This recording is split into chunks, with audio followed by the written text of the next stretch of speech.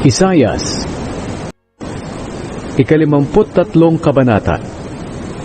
Sinong naniwala sa aming ibinalita at kanino inihayag ng Panginoon ang kanyang kapangyarihan?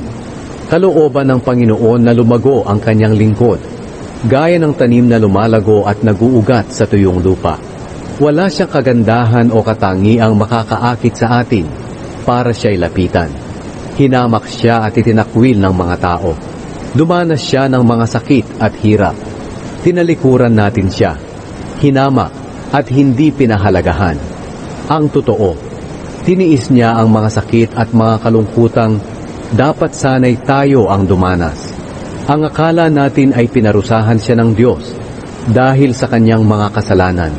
Ang totoo, sinugatan siya dahil sa ating mga pagsuway. Binugbog siya dahil sa ating kasamaan. Ang parusang tiniis niya ang naglagay sa atin sa magandang kalagayan. At dahil sa mga sugat niya, ay gumaling tayo.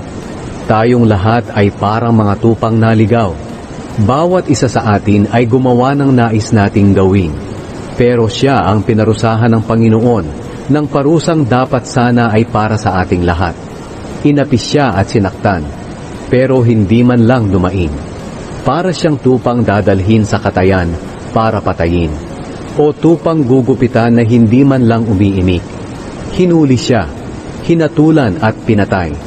Walang nakaisip, isa man sa mga salinlahi niya, na pinatay siya dahil sa kanilang mga kasalanan, na tiniis niya ang parusang dapat sana ay para sa kanila.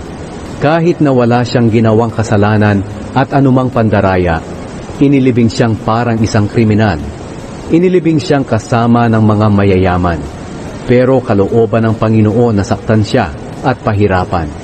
Kahit na ginawa siyang handog ng Panginoon para mabayaran ang kasalanan ng mga tao, makikita niya ang kanyang mga lahi at tatanggap siya ng mahabang buhay. At sa pamamagitan niya ay matutupad ang kalooban ng Panginoon. Kapag nakita niya ang bunga ng kanyang paghihirap, matutuwa siya. Sinabi ng Panginoon, sa pamamagitan ng karunungan ng aking matuwid na lingkod, ay marami ang ituturing niyang matuwid. Magdurusa siya para sa kanilang mga kasalanan. Dahil dito, pararangalan ko siya katulad ng mga taong tanyag at makapangyarihan, dahil ibinigay niya ang buhay niya. Ibinilang siya na isa sa mga makasalanan. Nagdusa siya para sa maraming makasalanan, at hiniling pa niya sa Diyos na sila'y patawarin.